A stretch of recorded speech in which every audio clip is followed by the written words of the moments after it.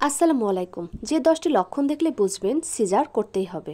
প্রসবের সময় প্রতিটি মাই চান যেন স্বাভাবিক বা নর্মাল ডেলিভারি হয়, কারণ এতে ব্যথা অল্প, সুস্থ হয়ে উঠতেও সময় কম লাগে। কিন্তু কিছু নির্দিষ্ট পরিস্থিতিতে নর্মাল ডেলিভারি করলে মা এবং শিশুর জীবন ঝুঁকির মধ্যে পড়তে পারে। এই অবস্থায় সিজার করাই নিরাপদ পথ। চলুন বিস্তারিত জেনে আসি। বাচ্চার অবস্থান সঠিক না থাকা। নর্মাল ডেলিভারির জন্য বাচ্চার মাথা নিচে, মুখ পেছনের দিকে থাকতে হয়। কিন্তু বাচ্চা যদি উল্টো হয়ে থাকে, অর্থাৎ মাথার বদলে পা থাকে, বা বাচ্চা যদি তির্যকভাবে থাকে, অর্থাৎ পাশ হয়ে শোয়া অবস্থায় থাকে, তাহলে স্বাভাবিক ডেলিভারি সম্ভব হয় না।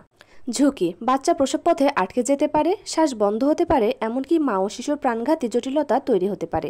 এ অবস্থায় ডাক্তার সিজারের পরামর্শ দিয়ে থাকেন।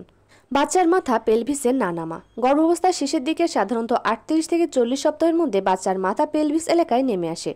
কিন্তু যদি সময় পেরিয়ে গেলেও বাচ্চার মাথা নিচে না নামে বা ডেলিভারির সময় মাথা উপরে থাকে, তাহলে এটি বোঝায় যে মায়ের পেলভিকের জায়গা ছোট বা বাচ্চার মাথা বড়, যা নর্মাল ডেলিভারিকে বাধাগ্রস্ত করে। এ অবস্থায় সিজার করাই সবচেয়ে নিরাপদ সিদ্ধান্ত। পেলভিস সংকীর্ণ হওয়া: মায়ের পেলভিক হাড় যদি আকারে ছোট হয় আর বাচ্চার মাথা যদি বড় হয়, তখন বাচ্চা বের হতে পারে না।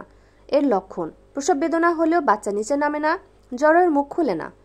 সম্ভাব্য ঝুঁকি: মা অতিরিক্ত ব্যথায় ক্লান্ত হয়ে পড়েন, বাচ্চার অক্সিজেন কমে যেতে পারে, তখন চিকিৎসকেরা সিজার করার সিদ্ধান্ত নেন। বাচ্চার হার্টবিট অস্বাভাবিক হওয়া: প্রসবের সময় বা আগে যদি বাচ্চার হার্ট রেট 120 থেকে 160 বিট পার মিনিটের নিচে নেমে যায়, তখন এটি ফ্যাটাল ডিস্ট্রেসের ইঙ্গিত দেয়। এর মানে হলো বাচ্চা পর্যাপ্ত অক্সিজেন পাচ্ছে না বা গর্ভের ভিতরে কষ্ট পাচ্ছে। কারণ হতে পারে নাভিরজ্জু চেপে যাওয়া, প্লাসেন্টার সমস্যা, বা দীর্ঘ সময় ধরে প্রসব না হওয়া। এমন অবস্থায় ডাক্তাররা দ্রুত সিজার করার জন্য পরামর্শ দিয়ে থাকেন। অতিরিক্ত রক্তপাত হওয়া: যদি গর্ভাবস্থার শেষের দিকে বা প্রসবের সময় মায়ের যোনি দিয়ে রক্তপাত শুরু হয়, তাহলে এটি হতে পারে প্লাসেন্টা প্রিভিয়া বা প্লাসেন্টা নিচে থাকা। এতে মা ও শিশুর প্রাণহানি পর্যন্ত হতে পারে। এজন্য তৎক্ষণাৎ সিজার করে শিশুকে বের করে প্লাসেন্টার রক্তপাত নিয়ন্ত্রণ করা হয়। প্রসব বেদনা সঠিকভাবে না হওয়া: নর্মাল ডেলিভারির জন্য সবসময় জরায়ুর মুখ 10 সেন্টিমিটার পর্যন্ত খুলতে হয়। কিন্তু যদি ঘন্টার পর ঘন্টা বেদনা চললেও জরায়ুর মুখ না খুলে বা প্রসব প্রক্রিয়া বন্ধ হয়ে যায়, তাহলে বোঝা যায় প্রসব সঠিকভাবে এগোচ্ছে না। এর সম্ভাব্য কারণ হতে পারে হরমোনের ঘাটতি, বাচ্চার ভুল অবস্থান ও জরায়ুর দুর্বলতা। এই অবস্থায় প্রসব আটকে গেলে বা মা ক্লান্ত হয়ে পড়লে সিজার করাই সঠিক পদক্ষেপ। নাভিরজ্জু নিচে নেমে আসা: যদি বাচ্চার আগে নাভিরজ্জু নিচে নেমে আসে, তখন বাচ্চার মাথা ও শরীরের উপরে সেটি চাপ প্রয়োগ করে, ফলে অক্সিজেন ও রক্ত সরবরাহ বন্ধ হয়ে যায়। ঝুঁকি: অল্প সময়ের মধ্যে বাচ্চা শ্বাস বন্ধ হয়ে মৃত্যুবরণ করতে পারে।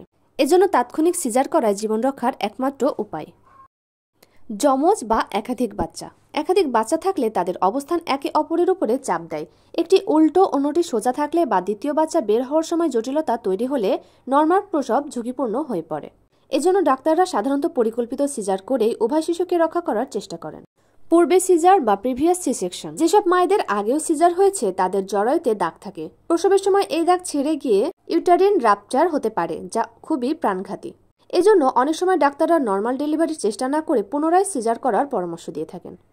মায়ের শারীরিক জটিলতা: মায়ের শারীরিক অবস্থা কখনো নর্মাল ডেলিভারির জন্য উপযুক্ত নাও হতে পারে, যেমন উচ্চ রক্তচাপ, ডায়াবেটিস, হৃদরোগ, থাইরয়েডের সমস্যা বা মারাত্মক রক্তস্বল্পতা হতে পারে। এসব অবস্থায় মা অতিরিক্ত কষ্টে পড়তে পারেন, এমনকি জীবনের ঝুঁকিতেও পড়তে পারেন। এজন্য চিকিৎসকেরা তখন সিজারকে নিরাপদ বিকল্প হিসেবেই বেছে নেন। নর্মাল ডেলিভারি সবসময় একটি স্বাভাবিক প্রক্রিয়া, কিন্তু মা ও শিশুর নিরাপত্তা সবচেয়ে বড় বিষয়।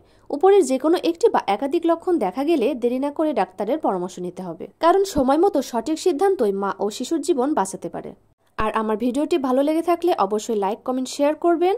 আর আমার চ্যানেলটিকে অবশ্যই সাবস্ক্রাইব করে রাখবেন। সুস্থ থাকুন, নিরাপদে থাকুন। আল্লাহ হাফেজ।